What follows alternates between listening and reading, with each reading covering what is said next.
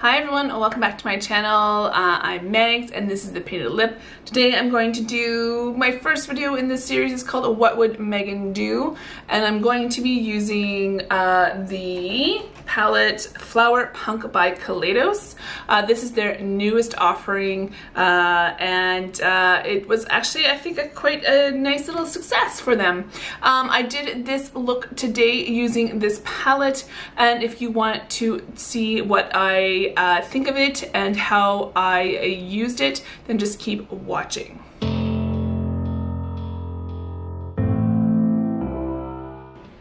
Okay, so I've already set up the premise for this particular video, and I said, and for like subsequent videos again, what would I do with the colors that we were given? So let's just start with let's start with some shades. I'm really drawn to the Peach Soju and the Mint Fever and the Aloe Cove, but let's see how I would combine that on my eyeball. So I hope everyone had a beautiful weekend. It was hot here in Toronto. I would say it was in the, I would say about highest 33, so that would have been in the 90s comparatively when it comes to Fahrenheit. And it was rather humid. It was our first kind of really hot weekend. I'm just going to take Mint Fever, this one here, on the same brush. These have a lot of kick up. Just kind of putting that on the inner part and just slightly overlapping. I have my base on, and I have Natasha Denona as a primer. Oops, I didn't mean that to happen. So funny enough, soju is a Korean alcoholic drink. And when I lived in Korea, I think I had soju a couple of times, but I learned very quickly from my friends' experiences not to drink it to excess because the hangover the next day was just horrible. And there were some really nice ones, like plum soju is really tasty. They used to have these soju tents along the sidewalk, and this was in Seoul, where you would just sit out and drink, and they would have like they were like makeshift kind of enclosed tent-like where you would sit and just drink, and you could do soju well, you wouldn't, yeah, you would do kind of soju shots, but there was like soju kettles where they would like mix like more sugary. Yeah, it was very easy drink, I guess, to drink, but I learned very quickly not to drink it en masse with like everybody else. So yeah, so when I saw that, I was like, haha, soju. I want to also use Aloe Cove, but what do I want? I want to use maybe Nouveau too. I want to keep it light though, so maybe I'll just dust that around the under lashes a little bit, just again with that same brush. This is a really pretty palette. It's so funny because I had ordered this when I was kind of half awake and half kind of sleeping, I feel. I had it on my brain, I guess. And I felt like I needed to have it, which I'm really happy that I did buy it. I obviously, the consciousness wanted it. I'm just gonna take that Nouveau and just deepen up right here, just ever so slightly, just to kind of give it a little more oomph. I think I want to take Aloe Cove, really pretty minty. Looks like there's like a duochromeness to it. Put that here, where that mint is. That's nice. And I'm gonna do that same. Take the stained glass and do that out here. And again, just kind of overlap the two.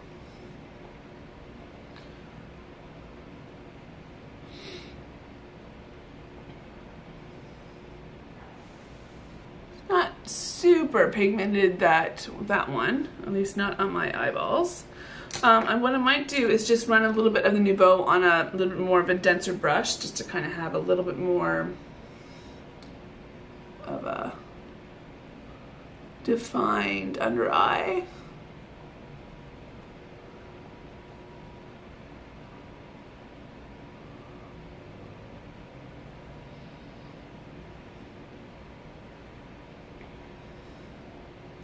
Might just take Nouveau here on the outer. What I might do is then take Peach Soju with that same kind of more detail brush and then just run it along the border of Nouveau. Oh, maybe I should put some of that pink on the bottom, like the stained glass.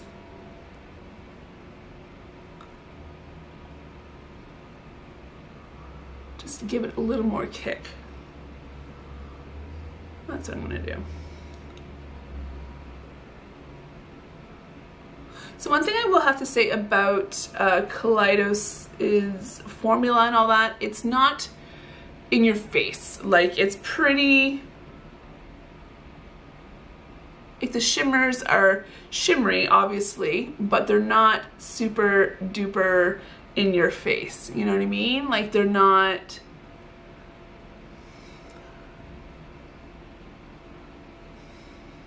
they're just a soft shimmer. That's, I don't know, that's what, at least what I've found. Let's look at Shiseido City. Sashimi.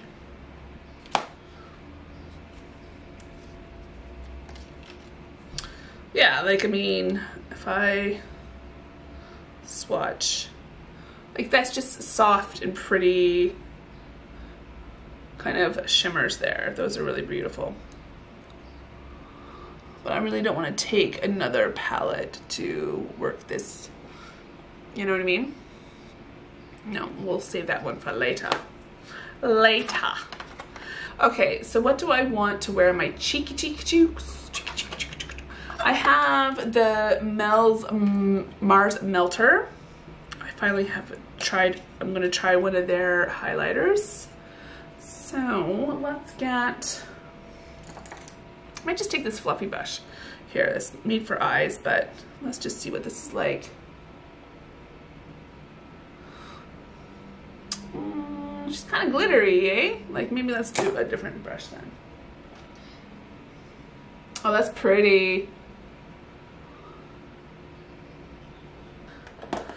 And then for a blush, Hey Hey Coral.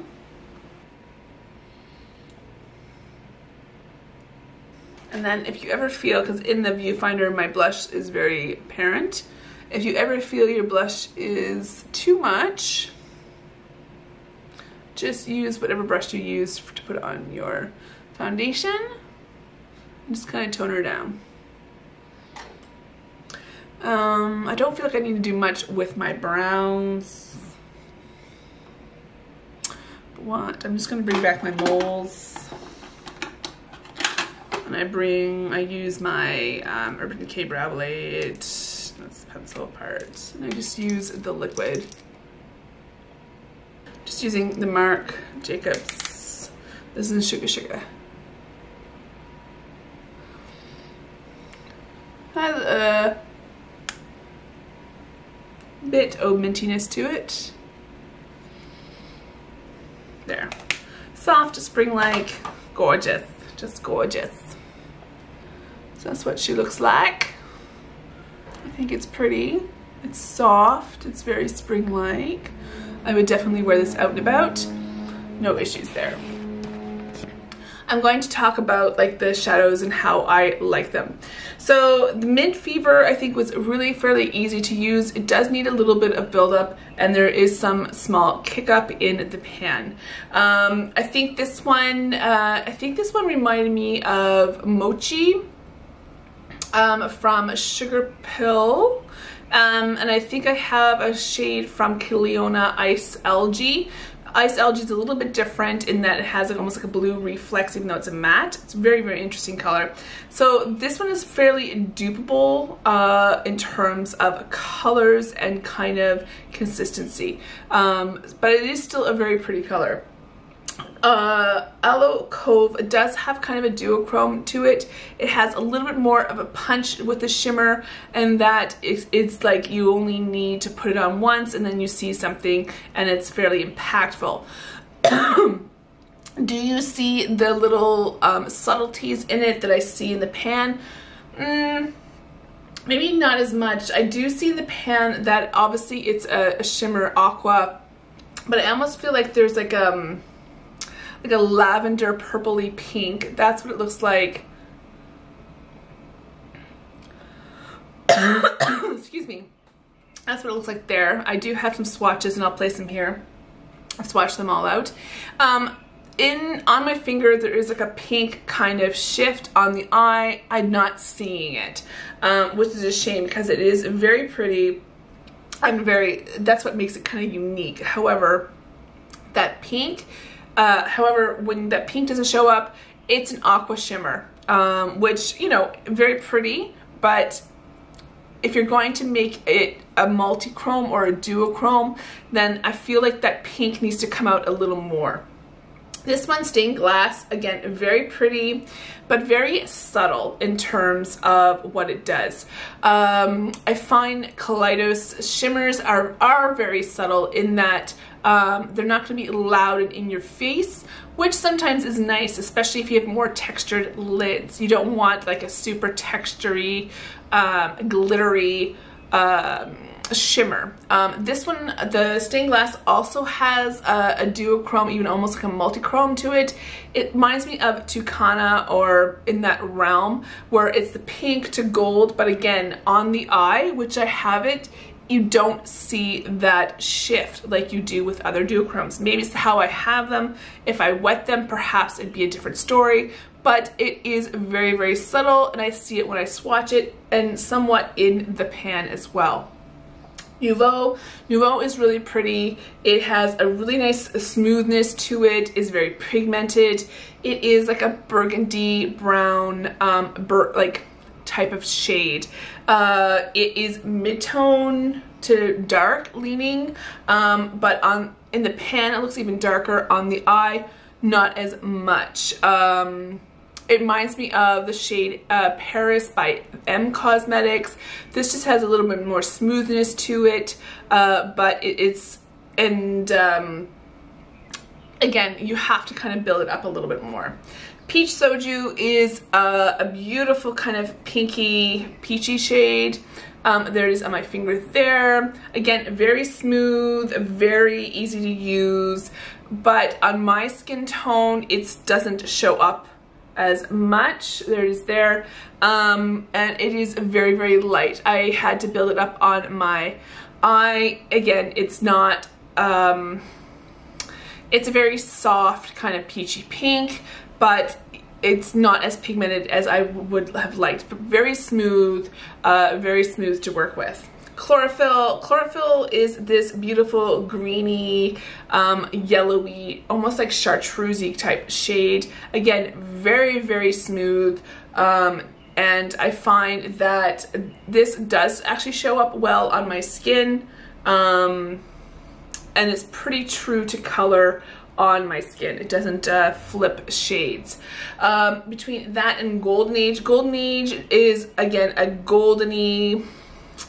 It's very similar to Chlorophyll, and quite honestly, when I have them swatched there, this one has a little bit more brown in it. Chlorophyll has a little more green in it, but they're very similar, especially on the eye. kind of a thing, but very pretty nonetheless. Sungazer is a different consistency to Aloe Cove and Stained Glass. It has a little bit more thickness to it. It has a little more creaminess to it, and it also pays off a little bit more different than the other two. This one has a little bit more opacity to it.